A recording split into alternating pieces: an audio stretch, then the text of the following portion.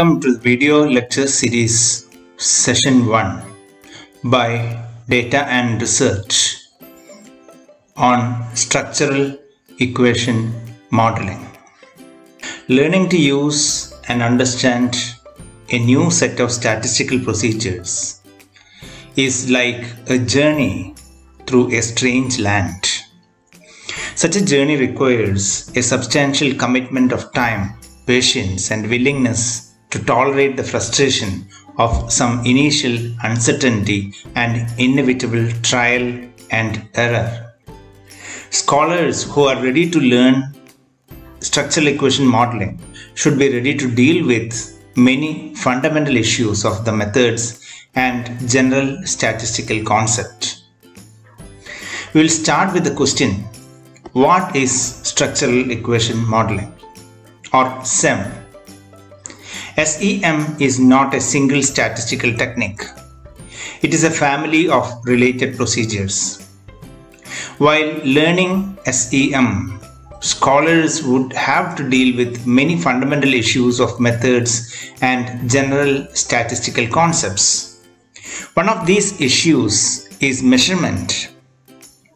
We cannot analyze a structural equation model with latent variables that represent hypothetical constructs that cannot be measured. We'll look into some of the properties common to structural equation modeling techniques. Structural equation modeling is a priori and requires scholars to think in terms of models. A priori means knowledge that comes before facts. So a priori is more hypothetical than real. Looking in this way, we use SEM to confirm a model that represents a hypothetical construct or relationship or prediction. In such cases, the usage of structural equation modeling is confirmatory. However, there are chances that the hypothesis gets disconfirmed. In structural equation modeling, we have the possibility to modify an inconsistent model instead of abandoning the hypothesis. In other words, we will start exploring the possibilities of developing a good model. Here, we may go exploratory to establish an alternative model. The goal of moving exploratory is to discover a model with two properties. 1. A model with good theoretical sense. 2. The model's statistical correspondence to the data is reasonable. The distinction between observed and latent variable is explicit. This distinction adds on to wider possibility that the scholars can test a wide variety of hypotheses. For instance, if we want to establish the correlation between emotional intelligence and grit, we will consider the scores of the total scale and we will run a correlation analysis. While doing SEM, emotional intelligence can be considered as a latent variable that can be observed through its dimensions: self-awareness, self-regulation, motivation, empathy, and relationship management. Grit is another latent variable that can be observed through its dimensions: perseverance, passion, and goal-directed behavior. We can bring all these observed variables and latent variables together in the same analysis.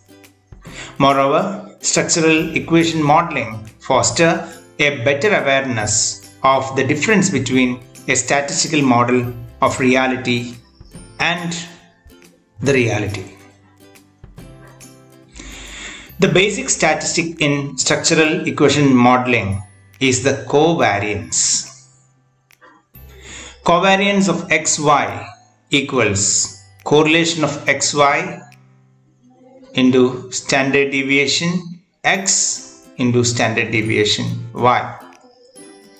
Covariance represents the strength of the association between X and Y. Covariance is unstandardized correlation because it does not have upper levels and lower levels. Structural equation modeling is a flexible technique. Structural equation modeling is appropriate to use in non-experimental data. It is appropriate to use in experimental data too. Using structural equation modeling, we can compare the means of two groups or of a pre-test post-test data. Many general linear model standard statistical procedures are in a way structural equation modeling.